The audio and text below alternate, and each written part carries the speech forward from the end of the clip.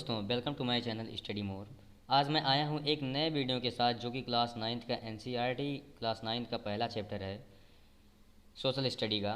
वह है what is democracy and Y democracy. आज हम इस चैप्टर के बारे में कुछ जानेंगे। इसको मैं लाइन बाय लाइन एक्सप्लेन करूँगा, आप बुक्स में देखते जाइए। तो पहला चैप्टर है, इसका टाइटल क्या है, what is democracy and Y democracy. Democracy क्या है और डेमोक्रेसी क्यों क्यों क्यों हम डेमोक्रेसी को फॉलो करते हैं, क्यों ऑल कंट्रीज़ जो हैं वो डेमोक्रेसी को धीरे धीरे फॉलो कर रही हैं। आइए देखते हैं इसके बारे में। इसका ओवरव्यू लेते हैं हम। डेमोक्रेसी, व्हाट इज़ डेमोक्रेसी, इसमें हम पढ़ेंगे डेमोक्रेसी क्या है, इसके फीचर्स क्या हैं, इसके गुण क्या हैं।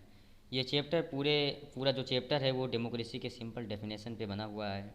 स्टेप बाय स्टेप जो कि टर्म्स इस डेफिनेशन में इन्वॉल्व है उसके बारे में हम देखेंगे। यहाँ पर जो एम है वो क्लियरली हमको केवल मात्र इतना डेमोक्रेटिक फॉर्म ऑफ गवर्नमेंट के फीचर्स के मात्र फीचर्स के बारे में समझाना है। After going through this chapter, we should be able to distinguish a democratic form of government from a non-democratic form of government।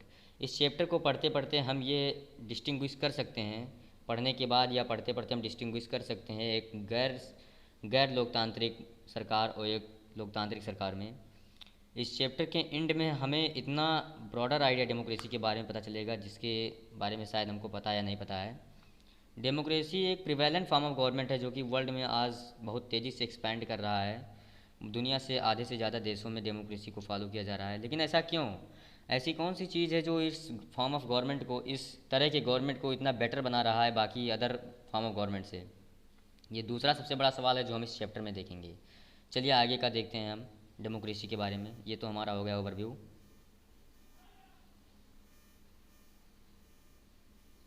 Overview के बारे में हम देखते हैं डेमोक्रेसी के बारे में।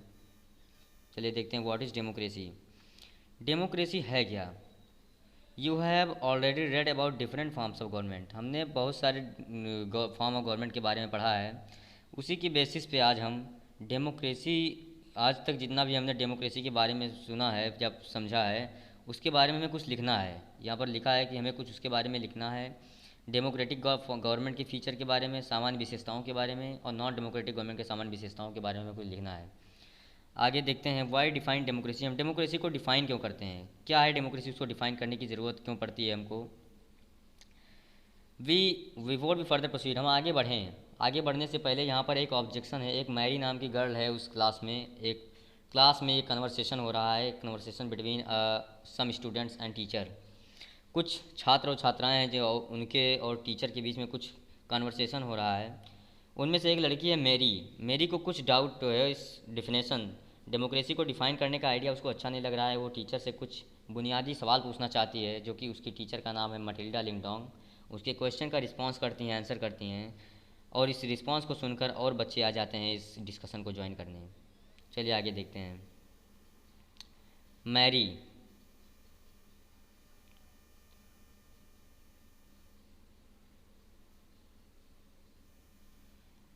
हाँ, मैरी के बारे में देखते हैं। मैरी पूछती है मैम से, I don't like this idea. वो कहती है कि मुझे डेमोक्रेसी को डिफाइन करने का आइडिया जो है वो अच्छा नहीं लगा। First we spend time discussing democracy and want to find out the meaning of democracy. वो कहती है कि पहले हमें डेमोक्रेसी के बारे में समझना चाहिए, सोचना चाहिए, इसके बारे में डिस्कस करना चाहिए, फिर हमको उसकी मीनिंग के बारे में देखना चाहिए।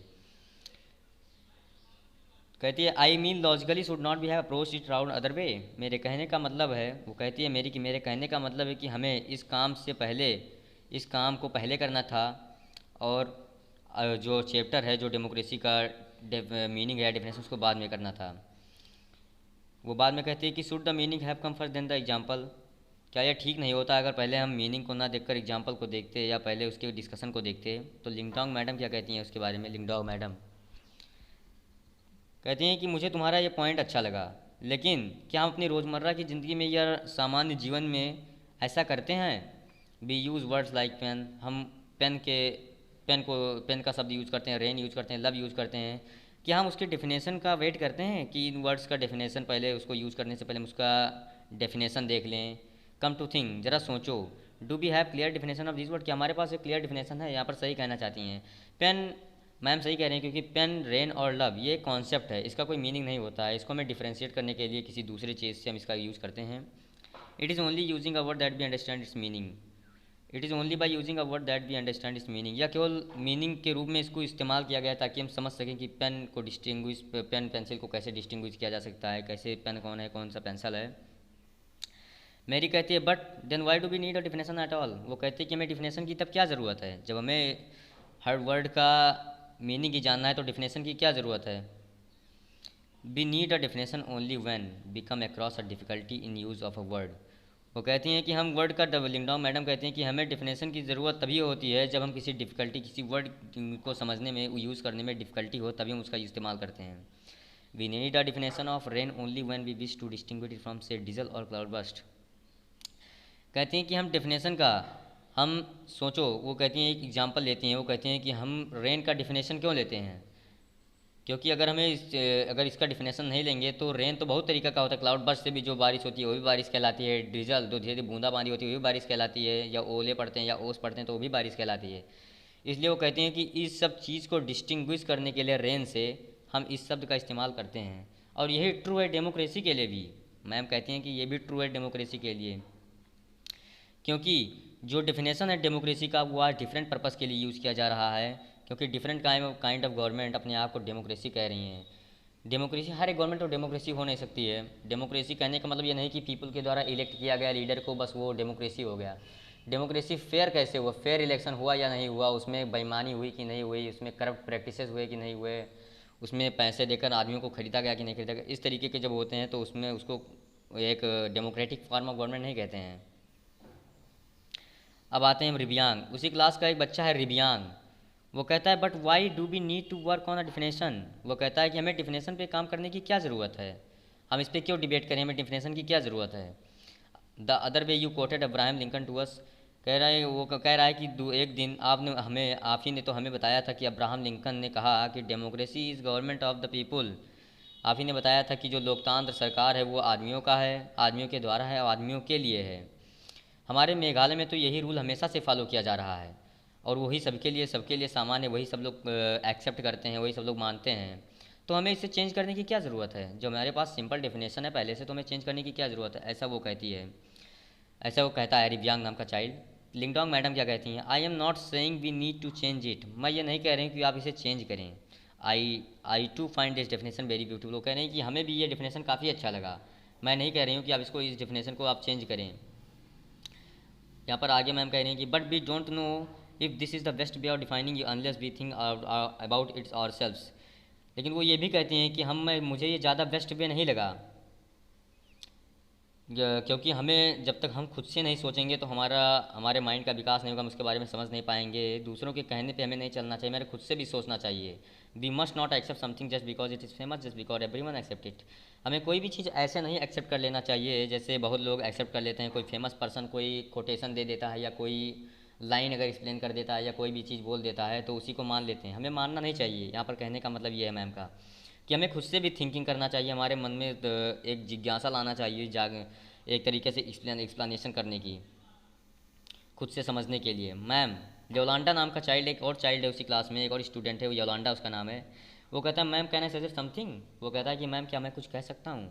We don't need to look for any definition, वो कहता है कि हमें किसी डेफिनेशन की ज़रूरत तो है ही नहीं। I read somewhere that the word democracy come from a Greek word demokratia, वो कहता है कि मैंने कहीं कहीं किसी किताब में कहीं जगह किसी जगह पे पढ़ा है मैंने, जिसमें लिखा है वर्ड डेमोक्रेटिया, जो कि यूनानी शब्द है, ग्रीक शब्द है, ग्रीक का जो कैपिटल है वो एथेंस है, यूनानी शब्द है जिसका मतलब होता है डेमोस। इसको दो पार्ट में ब्रेक करने पर डेमोस का मतलब होता है पीपुल और क्रेटिया का मतलब रूल। मीन्स इसको अगर एक सिंपल लैंग्वेज में जोड़ दें तो डेमोक्रेटिया, डेमोक्रेसी डेमोक्रेटिया सबसे लिया गया है, जिसका मतलब होता है पीपुल्स रूल, मतलब आदमियों की सरकार या आदमी के द्वारा गवर्न किए जाने वाली सरकार। This is correct meaning. वो कहता है कि ये सही मीनिंग है, ये बिल्कुल सही मीनिंग है, तो हमें डिबेट करने की क्या ज़रूरत है, where is the need to debate, हमें डिबेट करने की क्या ज़रूरत है, हमें इसी को फॉलो करना चाहिए। जब एक अच्छा बुक में लिखा है डिफिनेशन तो हमें दूसरे डिफिनेशन पे जाने की क्या ज़रूरत है, हमें इसे ही फॉलो करना चाहिए। लिंगडोंग मैडम क्या कहती हैं, this is also very beautiful way of thinking about this matter, या बहुत अच्छा कार्य है कि हम इसी चीज़ को लेकर चलें या इसी चीज़ के बारे में सोचें।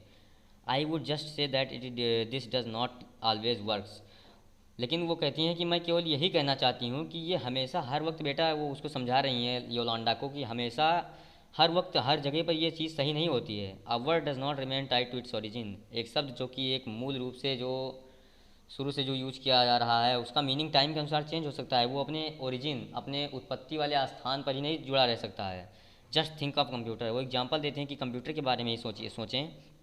Originally there were the use for computing.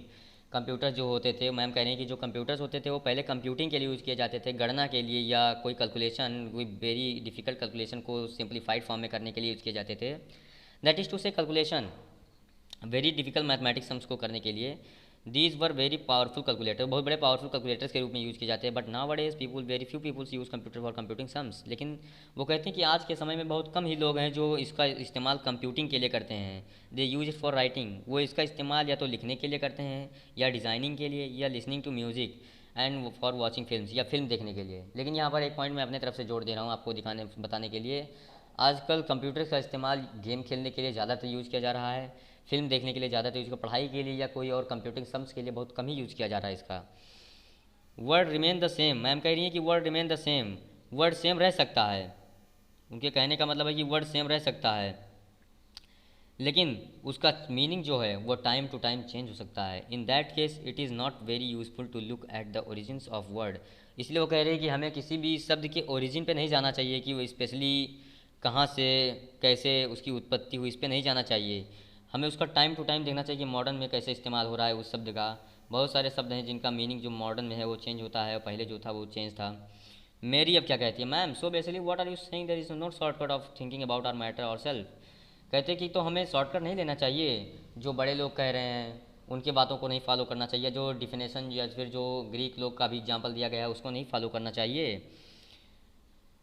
We have to think about it meaning and evolve definition. वो कहती है कि तो हमें या तो इसके मीनिंग के बारे में सोचना चाहिए और खुद से डेफिनेशन बनाना चाहिए। मेरी कह रही कि मैम तो हमें मतलब शॉर्टकट का इस्तेमाल पूछ रही है कि मैं मुझे शॉर्टकट का इस्तेमाल नहीं करना चाहिए क्या, हमें सोच कर मीनिंग को सोच कर उसके डिफिनेशन को इवॉल्व करना चाहिए।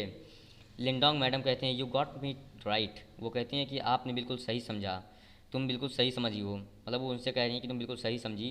Late us get out in with now, आज ही से इसको इस्तेमाल करना या इसको अपने प्रैक्टिस में लाना शुरू करें। आज से ही अपने आप से मीनिंग उसका बनाएं, अपने डिफिनेशन बनाएं सोचकर। यहाँ पर एक एक्टिविटी दिया गया है जहाँ पर लिंगडोंग मैडम के बात को सीरियसली लेकर एक एग्जैक्ट डिफिनेशन सिंपल वर्ड का बनाने के लिए कहा गया है इसमें एक्टिविटी में, कि आप लोग इस्तेमाल करें, पेन का डिफिनेशन बनाएं अपने आप से, रेन का और लब का। जैसे पेन को हम डिफ़ाइन करते हैं, एक एग्जांपल देकर बताया गया है कि जैसे पेन को डिफ़ाइन करने के लिए हम इसलिए डिफ़ाइन करते हैं क्योंकि हमें इसको डिस्टिंग्विश करना होता है पेंसिल से, ब्रश से, चार्क और कैरी ऑन। यहाँ पर एक लेडी का टैटू बना हुआ है या एक तरह से आइकन लगा हुआ है, उसमें ये लेडी कह रही हैं कि जो सरकार है, जो अभी हमने देखा है डेमोक्रेसी, ये कह रही हैं कि I have heard a different version. इन्होंने कहा कि मैंने कुछ दूसरा ही सुना है डेमोक्रेसी के बारे में। देखिए इन्होंने क्या सुना है, इन्होंने कहा कि जो लोकतंत्र की सरकार है ये लोकतंत्र नहीं रह गई है। ये कुछ उनके बारे में कुछ बोल रही हैं। ये कह रहे हैं democracy is of the people, यहाँ पर ऑफ का जो दूसरा ऑफ वो डबल एफ वाला ऑफ यूज किया गया है। ऑफ उसका मतलब होता है कि इसमें डेमोक्रेसी जो है वो पीपल्स के लिए बिल्कुल भी नहीं है। फॉर द पीपल मतलब फार फ्रॉम द पीपल, आदमी से बिल्कुल अलग है, आदमी के लिए नहीं है। And where they by the people, और डेमोक्रेसी ऐसी गवर्नमेंट जहाँ नेता, बड़े बड़े पावरफुल पर्सनस, प्रेस्टिजियस पर्सनस जो हैं, सम्मानित व्यक्ति जो हैं, वो इस डेमोक्रेसी फॉर्म ऑफ गवर्नमेंट के अंदर कौन कौन से कारनामे करते हैं, ये आदमियों को खरीदते हैं और उनको कहते हैं, कुछ पैसे दे देते हैं, एक पार्टिकुलर एरिया में सबको बांट देते हैं कि ताकि वो इनको वोट दें। यही इनका कार्य होता है, यही यहाँ पर कहा गया है। Why don't be accept that, और ये कह रही हैं लास्ट में कि हम क्यों उसे एक्सेप्ट नहीं कर रहे हैं और हम उसको एक्सेप्ट क्यों कर रहे हैं। यहाँ पर इनका कहने का मतलब ये है, मतलब ये कहना चाहते हैं कि डेमोक्रेसी गवर्नमेंट आज के पहले टाइम में तो ये ठीक था, लेकिन इंडिपेंडेंस के बाद तो ये ठीक था, लेकिन उसके बाद में अब ये धीरे धीरे इसका जो माहौल है वो गड़बड़ होता जा रहा है। इसमें काफ़ी भ्रष्ट नेता जो हैं वो मिले रहते हैं, वो पार्टिकुलर एरिया में व्यक्तियों को पैसा देते हैं और उनको खरीदते हैं। यहाँ तक हमें पूरा डेमोक्रेटिक फॉर्म ऑफ गवर्नमेंट के बारे में समझ में आया। यहाँ पर 3-4 कन्वर्सेशंस हुए हैं टीचर और यो मैनी स्टूडेंट जो क्लास में हैं उनके उनके बीच में। आगे हम इसका जो सेकंड पार्ट है इस वीडियो का उसको हम आगे देखेंगे। यहाँ तक आपको, मुझे विश्वास है कि यहाँ तक आपको पूरा समझ में आया। I hope you all understood about this point. हम दूसरे वीडियो के साथ जल्द ही मिलेंगे। तो अगर आपको ये वीडियो पसंद आया हो तो kindly like share and subscribe ज़रूर करें। Bye bye, take care.